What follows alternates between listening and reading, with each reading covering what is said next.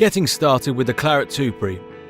In this video, we'll look at connecting and configuring your device. First, you need to plug in the power supply to the back of the unit. Then you need to purchase a Thunderbolt cable. We cannot manufacture a cable as cost effectively as Apple and others. So, we took the decision not to include a cable for two reasons: to keep the selling cost of the units down, and to allow our users to select a cable length that is appropriate for their particular setup. We recommend Thunderbolt cables by Apple or StarTech, which can be purchased online or from most computer and electrical stores. Plug this into the back of the interface and connect it to your computer's Thunderbolt input. First, we need to load Focusrite control and update the firmware on the Clarett 2 Pre. However, you may not need to update the firmware, so continue on if so. This could take some time, so feel free to pause the video and continue when you're ready. Here, we're connecting an XLR cable and a jack to inputs 1 and 2 on the front of the Clarett 2 Pre. I'm adding phantom power with the switch here to input 1, and in Focusrite control, I'm switching air on. The light will display like so. Next, I need to change input 2 to an instrument input, so I click here and the light tells me it's set up. This is a headphone output with independent control. Next, I need to connect my speakers to monitor outputs 1 and 2 like so. Now, we need to connect the 2 Pre to our DAW software. Click on your software below.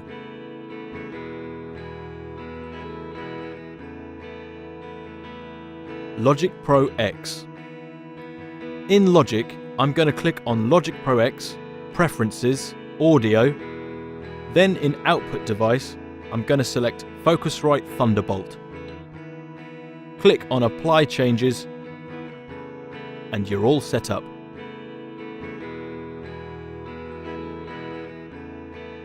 Cubase.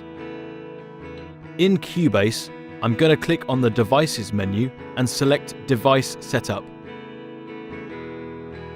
I'll click on VST Audio System, click on the drop-down menu and select Focusrite Thunderbolt. Click on Switch and click on OK. Next, go into the Devices menu and select VST Connections. Remove the existing inputs in this section and click on Add Bus. Now, we need to set up all of our buses, so I'm going to set up 10 here and click on Add Bus. Now in the outputs, remove all outputs here and click on Add Bus. Again, I'm going to set up 10 stereo output buses. Close this window and you're all set up. Pro Tools.